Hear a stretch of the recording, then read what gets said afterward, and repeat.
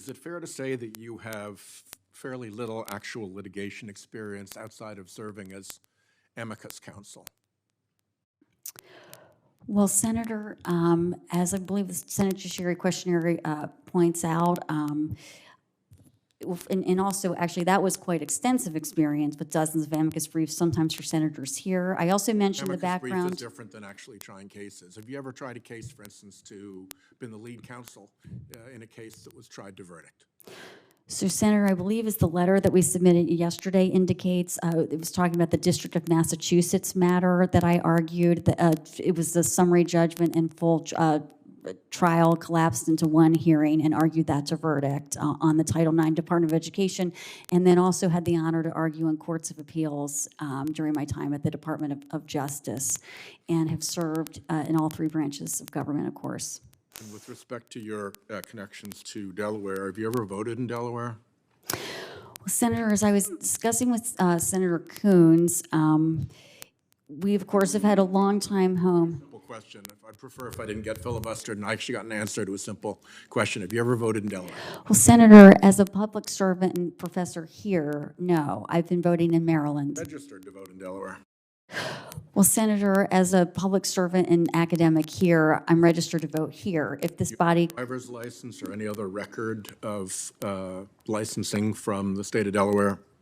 Senator, I do not yet have a Delaware driver's license. I do have a car that is insured in Delaware with because you have a summer house there. We've had a long time home, and yes. And you were not admitted until May into the Third Circuit? Senator, I became admitted in May in the Third Circuit, yes. And you have no blue slip from either of the two Democrat senators, from Delaware senators? Senator, I am really honored to be the president's nominee, and Blue slip, correct? well, I didn't believe there were blue slips at the circuit court level at this point for any circuit court nominees. That was undone by our friends on the other side of the aisle, and now that is the new tradition, and I'm clarifying that you have none, correct, right? Senator, I don't, because it's not been used for circuit court nominees. Nomination to the Department of Education as general counsel was withdrawn when? Today? Senator, I believe it was referenced that it was yesterday. Yesterday, okay. You were on the board of the New Civil Liberties Alliance, I believe, at the time when Jeffrey Clark was hired. Do you recall that hiring? Senator, I don't know what you mean by recall the hiring. I was on the board of the New Civil Liberties Alliance, and up through about July of 2021. And as I recall, what happened around that time is that, and I had a conversation with the director about it, I stopped being a board member. They were bringing litigation that involved an opinion that I had written at the Office of Legal Counsel in the executive branch, and I strongly disagreed with their stance in that litigation. It was actually bringing the opposite view.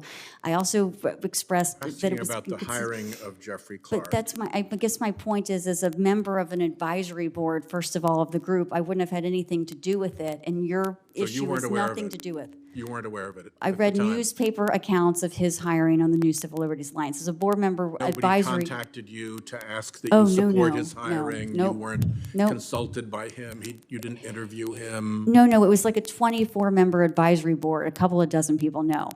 Got it. You constantly use the pejorative term administrative state. You have called for the repeal or the overturning of Humphrey's executor.